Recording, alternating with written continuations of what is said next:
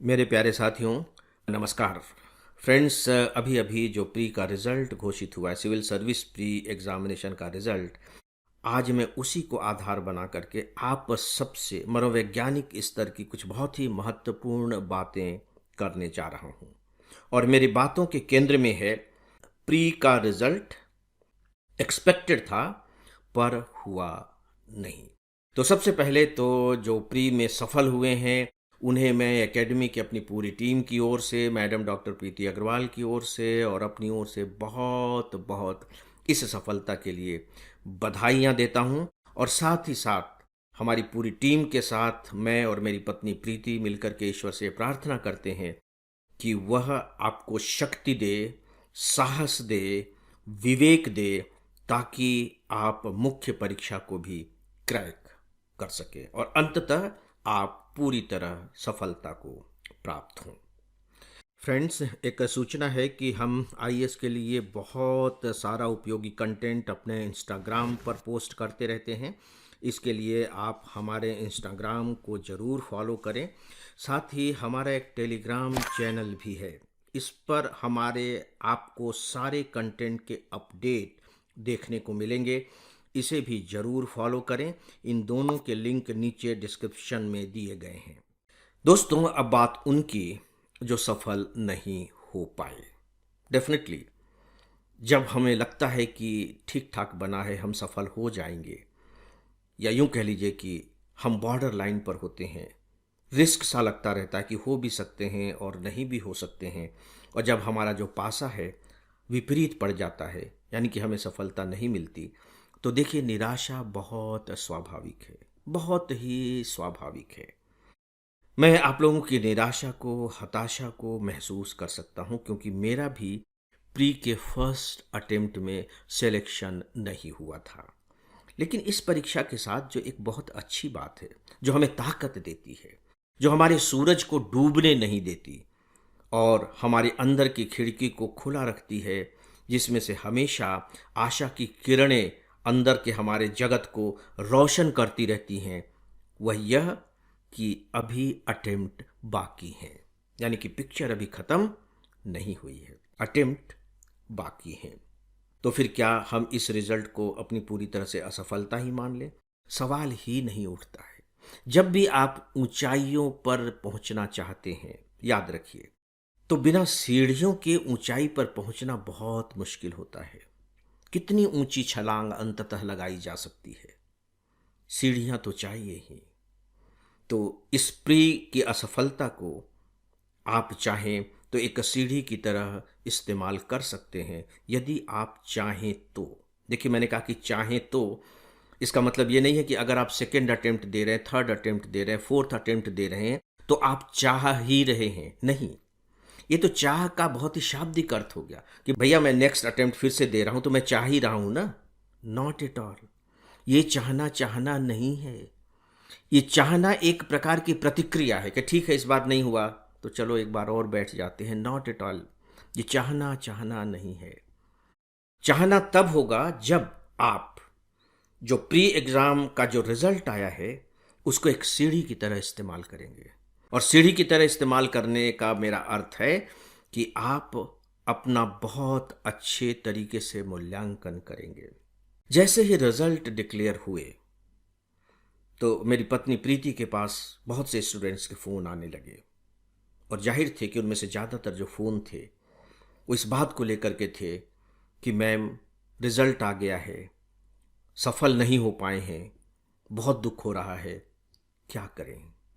लेकिन एक जो बहुत महत्वपूर्ण बात थी उनके कहने में, उसे ध्यान से सुनिए। उनमें से ज़्यादातर लोगों ने अलग अलग तरीके से, उनके कहने का अंदाज अलग अलग हो सकता है, लेकिन जो विचार थे उनके केंद्र में, जो बात थी, जो तत्व था, वो यही था कि एक्सपेक्टेड था पर हुआ नहीं। यानी कि मैं उम्मीद कर रहा था कि मैं क्वालिफाई कर जाऊंगा, लेकिन कर नहीं पाया। एक्सपेक्टेड था पर हुआ नहीं। वो तो देखिए, जब आपकी फाइनल मार्कशीट आ जाएगी तब आपको पता लगेगा कि सच में एक्सपेक्टेड था या नहीं था। इस बात को लेकर के मेरे अब तक के जो अनुभव रहे हैं, मेरे अपने नहीं, आप सबके अनुभव जो मैंने महसूस किए हैं, वो बहुत कड़वे ही रहे हैं, वे बहुत झूठे ही रहे हैं। झूठे इस मायने में कि आपकी जो एक्सपेक्टेशन है वो कितनी सही है, कितनी वैज्ञानिक है, कितनी गलत है। पहले साल ही ये परीक्षा नहीं हो रही है और मैं पिछले 40 सालों से इससे जुड़ा हुआ हूं। लोग कहते हैं कि एक्सपेक्टेड था, और जब उनकी मार्कशीट आती है तो आप इमेजिन करेंगे कि उनका जो स्कोर होता है वो 8%, 10% और 12% के आसपास होता है। ये मैं स्वप्न की बात नहीं कह रहा हूं, ये मैं झूठी बात नहीं कह रहा हूं, ये मैं सच्ची बात कह रहा हूं।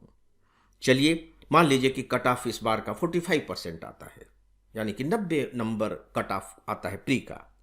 अभी तो हमें पता नहीं चलेगा, तो नेक्स्ट ईयर पता चलेगा जब फाइनल रिजल्ट आएगा। और आपका जो स्कोर है वो 85, 86, 85, 86, 87 इसके आसपास रहता है।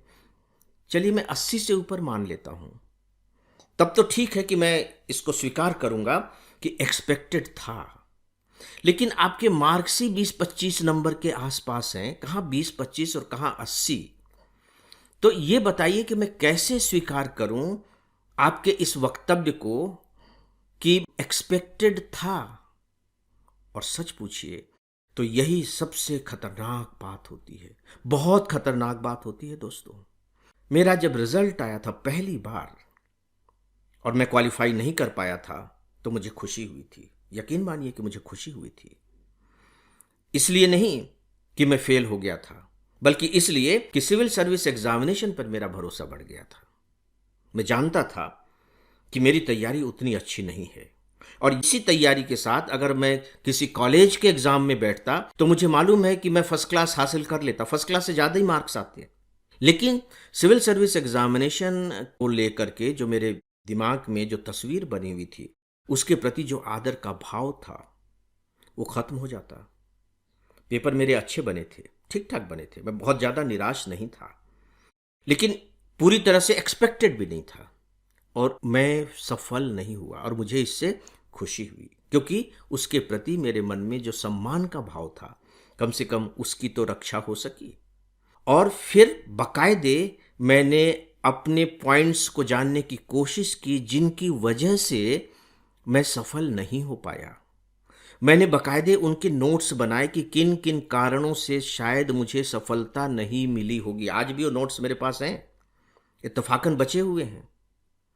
और जब मैंने नेक्स्ट के बारे में तैयारी शुरू की तो बीच बीच में मैं उनसे गाइडेंस लेता रहा। हम लोगों के समय में मार्क्स नहीं आते थे, तो मुझे पता नहीं है कि मुझे कितने मार्क्स मिले होंगे।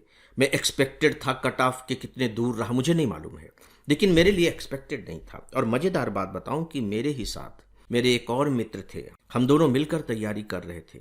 उनके लिए एक्सपेक्टेड था, वो कहते थे कि मेरा तो हो जाएगा, और उनका नहीं हुआ, मेरा भी नहीं हुआ।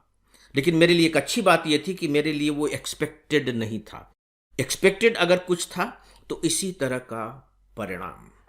तो दोस्तों, जब हम ये कहते हैं कि एक्सपेक्टेड था, तो कहीं ना कहीं मुझे ऐसा लगता है ज़्यादातर मामलों में, सबके लिए मैं नहीं कह रहा हूं, ज़्यादातर मामलों में, कि वे अपने को छल रहे हैं, अपने को धोखा दे रहे हैं, अपने लिए वो किसी ढाल का इस्तेमाल कर रहे हैं कि नहीं नहीं मैंने तो सब ठीक ठाक किया है। ये जो गलती है ना, ये गलती यूपीएससी की है, कॉपी जांचने वाले की हो सकती है। चलिए मेंस में तो मैं थोड़ी बहुत इस बात को मान भी लूंगा, लेकिन प्री में तो जो आपकी कॉपी जांचने का काम कर रहा है वो एक मशीन कर रही है। मशीन आपकी कॉपी को जांच रही है, और वो मशीन आपकी दुश्मन नहीं है, आपको जानती भी नहीं है, उसके पास कोई चेतना नहीं है उस तरह की कि आपके साथ वो भेदभाव करे। लेकिन हमारे दिमाग के लिए इस सत्य को पचा पाना बहुत मुश्किल होता है, और आपका जो नेक्स्ट अटेम्प्ट है वो रिजल्ट ओरिएंटेड बन सके, इसके लिए बहुत जरूरी है कि आप इस सत्य को, चाहे यह कितना भी कड़वा क्यों ना हो, पिएं और उसे पचाएं। मान करके चलें कि नहीं, जो कमी रही है, जो गलती रही है, वो कहीं ना कहीं मेरी रही है। और जो गलती भी रही है उसे आप बड़े आराम से समझ सकते हैं कि कितनी गलतियां रही हैं, क्योंकि आंसर शीट तो आ चुका है। दोस्तों, याद रखिए कि जो पूजा होती है वो सफलता की होती है, असफलताओं की पूजा नहीं होती। लेकिन असफलताएं बेकार नहीं जाती हैं, वे जीवन के आगे की सफलताओं के लिए सीढ़ियों का काम करती हैं। इसलिए आप अपने आप को असफल मत मानिए। अभी पिक्चर बाकी है, दी एंड नहीं हुआ है। एक सीढ़ी थी, चढ़े आप, चढ़े नहीं रह सके, कोई बात नहीं, अब टिके रहिए उस पर, अपना मूल्यांकन कीजिए और सोच समझकर फिर अगले पायदान पर कदम बढ़ाइए। वो जो पायदान है आपके कदमों को चूम लेगा। सफलताओं की कहानी ही यही है, और सच पूछिए तो सफलताओं का शास्त्र ही यही है, सफलताओं का फार्मूला ही यही है। तो दोस्तों, इस विषय के बारे में बस इतना ही, और अब इस डेली ऑडियो लेक्चर को यहीं समाप्त करता हूं। नमस्कार।